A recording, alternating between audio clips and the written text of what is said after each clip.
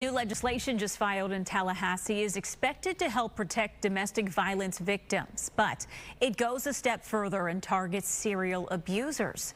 Fox 13's Genevieve Curtis shows us why advocates say this bill addresses areas of concern when it comes to the failures of restraining orders and missed opportunities for help. Solia Salaja, age 32, Largo.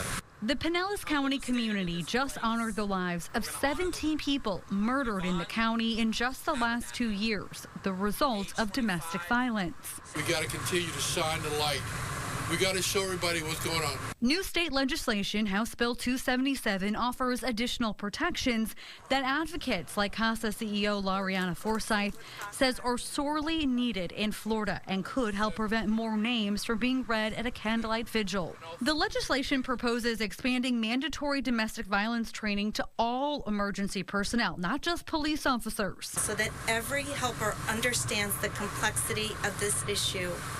For example, victims who have ever been strangled just one time are 750 times more likely to ultimately be murdered.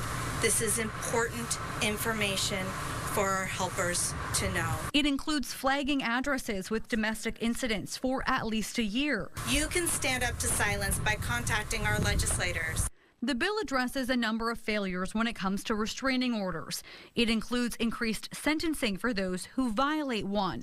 It expands criteria to get one to include animal cruelty, and it gives judges the ability to order GPS monitoring with a restraining order. Audrey Peterson, age 61, Clearwater.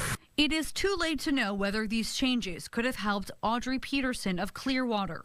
She was a nurse killed by her ex of 20 years after she was denied a restraining order. She had filed 3 police reports and documented stalking.